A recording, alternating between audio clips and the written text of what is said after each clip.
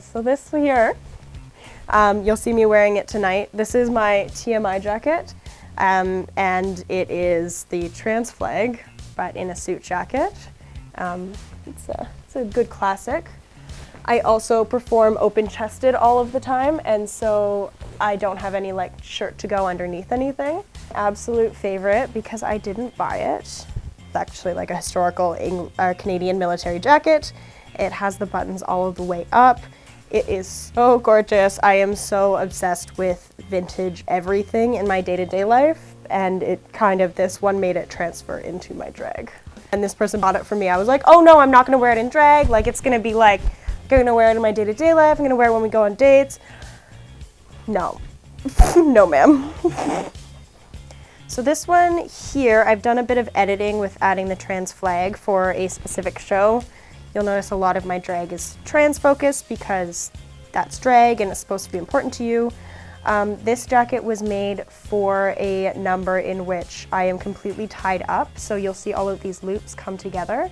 And then the matching pants have loops all the way down the inseam that I put ribbon between and tie up, and then I pull it apart. And this one was made by Casper, the queer ghost, and we built it together, and it was one of these numbers that I was planning months in advance, and I was so happy that they helped me make this outfit.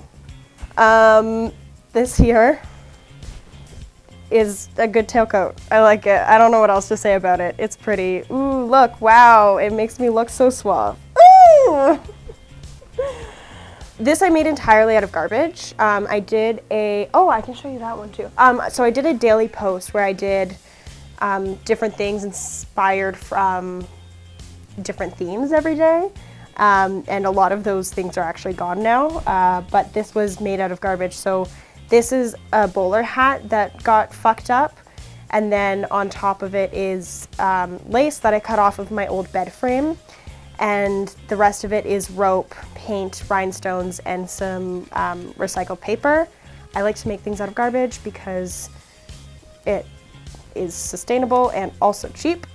And yeah, and this probably took me 2 hours if you exclude the drying time. And then here, let me give you a cute shot.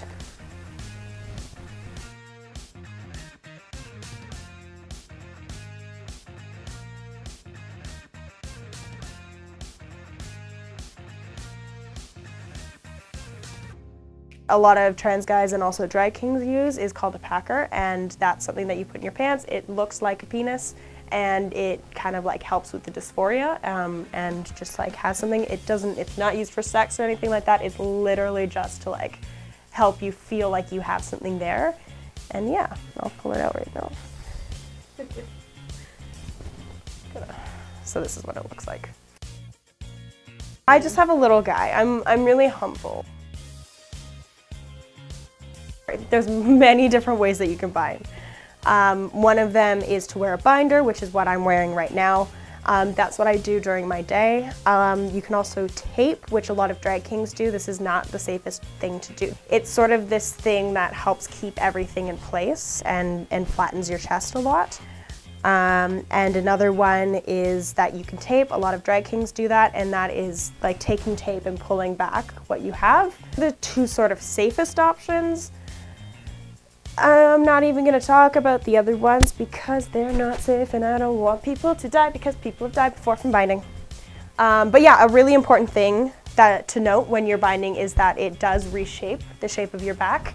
I don't bind in drag because there's a section of my back that has actually gone numb from binding for so long, and I had to make the sacrifice. I decided to sacrifice my drag over my day-to-day life. Sometimes I can't wear a binder in the day, and that's just part of what I have to accept as my reality. I'm actually working with Limerick Lace right now to make binders that will work for potentially everyone. We'll see if we can also make binders for other folks as well. So just like a drag queen wears a lace front wig, you buy lace front facial hair. You can do that. I prefer to bind with makeup. I do that just because that's what I do, that's my brand. I also have lace fronts, but like my character is supposed to look like a cartoon character, so that's why I paint it on. So you can buy lace front beards, you can stipple beards on, you can buy different sort of sponges that make it look like facial hair. You can, I know some kings who do glitter. It's really whatever you want to do. Get creative.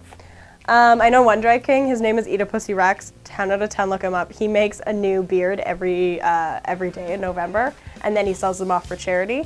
But he did one where he made like all of these kites, and so like the beard is going off and it's like a kite.